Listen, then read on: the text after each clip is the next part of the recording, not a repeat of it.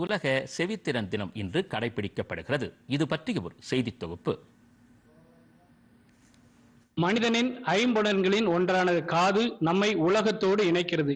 காது கேட்டால்தான் நாம் தகவலை பரிமாறிக்கொள்ள முடியும். ஒவ்வொரு ஆண்டும் மார்ச் 3ஆம் தேதி உலக காது கேட்கும் நாள் கடைபிடிக்கப்படுகிறது. செவியின் முக்கியத்துவத்தை அறிந்து கொள்வதற்காக இந்த தினம் கடைபிடிக்கப்படுகிறது.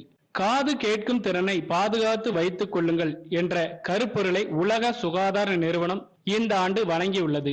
தூத்துக்குடி அரசு மருத்துவக் கல்லூரி மருத்துவமனையில் மாறும் மனநிலை என்ற தலைப்பில் விழிப்புணர்வு ஊர்வலம் நடைபெற்றது. மருத்துவக் கல்லூரி முதல்வர் மருத்துவர் சிவக்குமார் இந்த ஊர்வலத்தை தொடங்கி வைத்தார். மருத்துவர்கள், செவிலியர்கள், பள்ளி மாணவ மாணவியர்கள் கலந்து கொண்ட இந்த பேரணி பல்வேறு முக்கிய சாலைகளில் சென்று வந்தது. பேரணியில் காதுகளையும் செவித்திறனையும் பாதுகாப்பது குறித்து விழிப்புணர்வு வாசகங்கள் அடங்கிய பதாகைகள் ஏந்தி செல்லப்பட்டன. செவித்திறன் பாதுகாப்பு குறித்து தூத்துக்குடி அரசு மருத்துவக் கல்லூரி மருத்துவமனை காது மூக்கு தொண்டை சிகிச்சை துறை தலைவர் மருத்துவர் செந்தில் கனிதா கூறுகையில், இப்போ வாழ்ற சமூகம் எப்படி இருக்கு அப்படின்னு சொன்னா எல்லா இடத்துலயுமே நாய்ஸ். வெளியில வீட்டை விட்டு வெளியில இறங்கணும்னு சொன்னா அங்கேயும் ஒரே சத்தம். எல்லா இடத்துலயும் நிறைய வெஹிக்கிள்ஸ் வந்துருச்சு. கார் தேவையில்லாம ஹார்ன் அடிக்கிறாங்க, டூ வீலர் காரணம் தேவையில்லாம ஹார்ன் அடிக்கிறாங்க. எல்லாத்துக்கும் நம்ம நாய்ஸ் எக்ஸ்போஷர் ஆகிட்டே தான் இருக்கும்.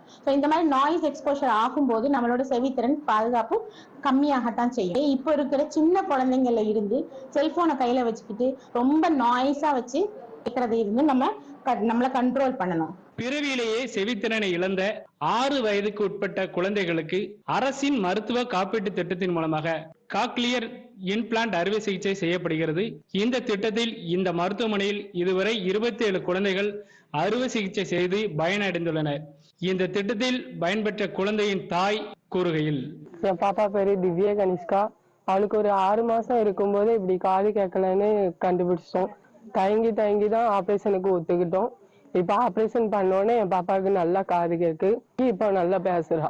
ஐம்புலன்களில் ஒன்றான காது செயல்திறன் பாதிக்கப்படும் போது மூளை JNL செயல் இழக்க வாய்ப்புண்டு. ஒரு நாளைக்கு 90 டெசிபல் வரை சவுண்ட் உணரும் போது காது மிகவும் சேதமடையும். எனவே செல்போன் இல்லாத வாழ்க்கை இல்லை. ஆனால் நாம் அவற்றை அளவோடு பயன்படுத்துவோம், வளமோடு வாழ்வோம்.